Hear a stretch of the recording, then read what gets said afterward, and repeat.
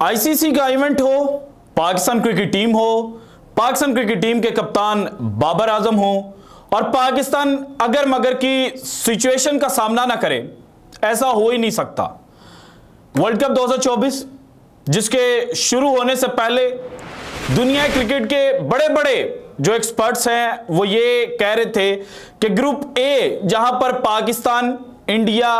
USA, Ireland और Canada मौजूद है, यहां से पाकिस्तान और इंडिया सुपर 8 राउंड के लिए क्वालिफाई करेंगे।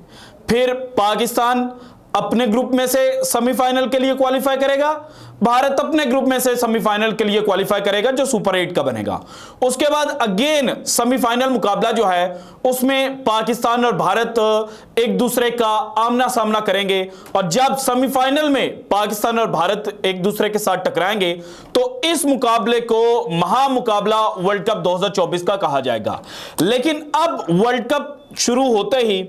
पाकिस्तान क्रिकेट टीम को अपने पहले मैच में जिस अंदाज से, जिस तरीके से और जिस रवैये के साथ यूएसए ने शिकस्त दी है, रवैये का लफ्ज मैंने बड़ा सोच समझ के बोला है, उसकी समझ जो है ना वो आपको आगे चलकर आएगी। जनाब यूएसए ने पाकिस्तान को शिकस्त दे दी, ये आपको मालूम है। और यूएसए से पाकिस्तान को शिकस्त क्यों मिली, इसके ऊपर यह कहा जा सकता है किसी ना किसी हद तक कि इमाद वसीम इंजर्ड थे, पाकिस्तान को कुछ जो फोर्स चेंजेस हैं वो करनी पड़ी, पाकिस्तान के वो खिलाड़ी जो हैं वो चल नहीं पाए। अगर आजम खान की जगह इमाद वसीम होते तो पाकिस्तान जो है वो मैच के अंदर कुछ जो डिफरेंट रिजल्ट्स हैं वो प्रोड्यूस कर सकता था, क्योंकि इमाद वसीम बाद में बॉलिंग के अंदर भी पाकिस्तान के लिए परफॉर्मेंस दे सकते थे। लेकिन अब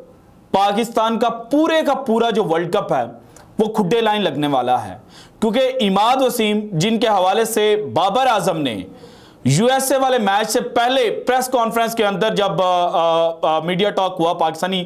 मीडिया के साथ, तो उस वक्त ये कहा कि इमाद वसीम अभी फिट नहीं है, लेकिन इंडिया वाले मैच से पहले वो फिट हो जाएंगे। तो अब इमाद वसीम मुकम्मल फिट अभी तक नहीं हो पाए। आज 8 जून है, अब से तकरीबन 36 घंटे के बाद पाकिस्तान और भारत एक दूसरे का आमना सामना करेंगे। अगर इमाद वसीम फिट नहीं होते तो पाकिस्तान क्रिकेट टीम किसको खिलाएगी और क्या वर्ल्ड कप में इमाद वसीम का जो सफर है वो खत्म होने वाला है, इसके ऊपर भी जो डिटेल्स हैं वो आज की वीडियो में मैंने आपके साथ शेयर करनी है। इसके अलावा एक खबर पाकिस्तान के अंदर इस वक्त बहुत ज्यादा वायरल हो रही है कि गैरी क्रिस्टन जो पाकिस्तान क्रिकेट टीम के हेड कोच हैं और पाकिस्तान क्रिकेट टीम के जो कप्तान बाबर आजम हैं, इनके दरमियान इख्तलाफात सामने आए हैं और इख्तलाफात जो हैं वो साइम अयूब को लेकर आए हैं। इसकी हकीकत क्या है, इसके ऊपर भी जो डिटेल्स हैं वो आपके साथ शेयर करूंगा। लेकिन उससे पहले पाकिस्तान के साबिक कप्तान मिसबाह उल हक साहब, उन्होंने बाबर आजम के ऊपर एक ना पहाड़ गिरा दिया है और बाबर आजम के हवाले से उन्होंने कहा कि आपको पता ही नहीं है कि आपने करना क्या है। जब प्रेशर सिचुएशन के आप अंदर आ जाते हैं तो आपके पास कोई प्लान ही नहीं होता। और अगर एग्जैक्ट बात की जाए तो उन्होंने कहा कि in crucial matches while defending a target Babar does not have the shrewdness and street smartness you need. मतलब आप क्विकली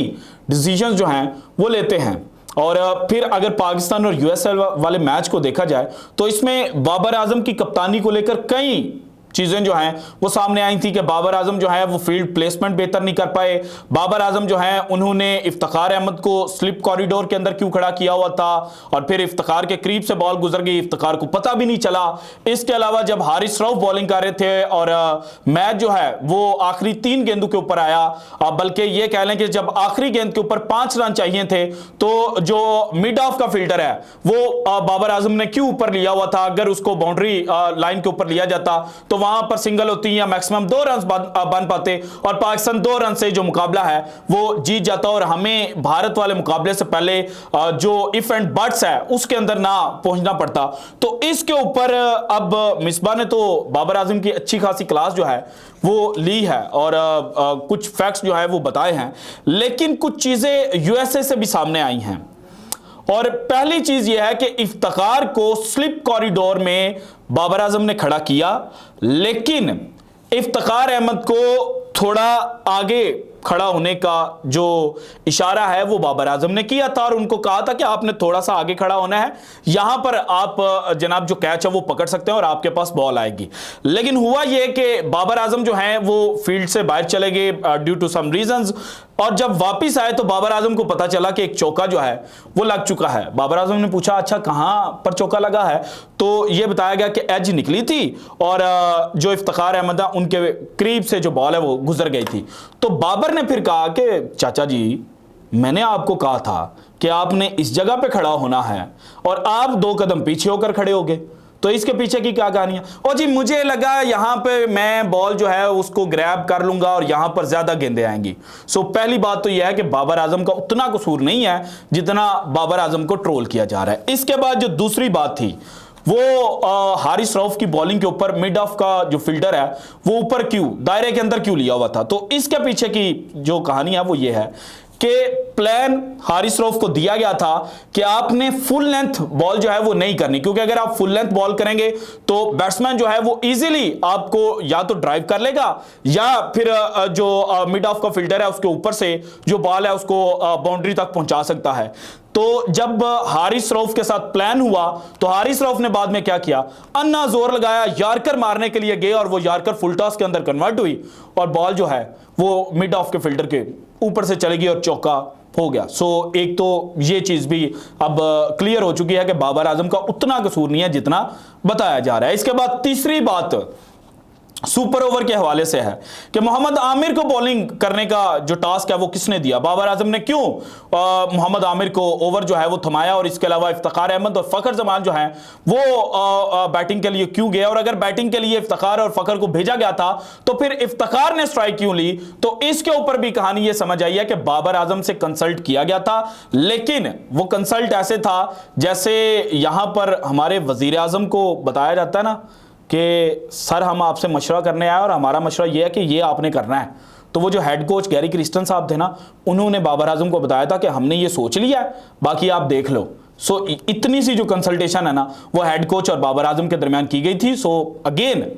रिपीट करूंगा कि बाबर आजम का उतना कसूर नहीं है जितना बाबर आजम को ट्रोल किया जा रहा है। इसके बाद जनाब जो इख्तलाफात की खबरें अगर उनकी जानिब आएं तो इस वक्त साइम अयूब के हवाले से यह कहा जा रहा है कि वो पाकिस्तान की प्लेइंग 11 का हिस्सा बनने जा रहे हैं भारत वाले मैच में, और इनिशियली उनके ऊपर सोचे विचार किया गया कि उनको किस पोजीशन के ऊपर खिलाया जाए। और इजाज वसीम बाकड़ी साहब जो हैं उन्होंने यह बताया है कि टीम मीटिंग में ये कहा गया कि फखर जो साइम अयूब है उनको आजम खान की जगह पर खिलाया जाए, और आजम खान जिस पोजीशन के ऊपर बैटिंग करते हैं कभी नंबर 5 कभी नंबर 6 पर, तो उसी पोजीशन के ऊपर बैटिंग करवाई जाए। लेकिन फिर यह सोचा गया कि बुमराह जो हैं वो चूंकि अर्ली ऑन बॉलिंग के लिए नहीं आ रहे और अर्शदीप और मोहम्मद सिराज से जो भारत है वो अटैक कर रहा है, तो इसलिए साइम अयूब जो है उनको ओपन करवाई जाए, और अगर दायरे के 6 ओवर साइम अयूब खेल गए तो फिर साइम अयूब जो है वो भारत की गिरफ्त से जो मैच है वो निकाल सकते हैं। सो इसलिए यह कहा जा रहा है कि साइम अयूब जो है वो खेलेंगे।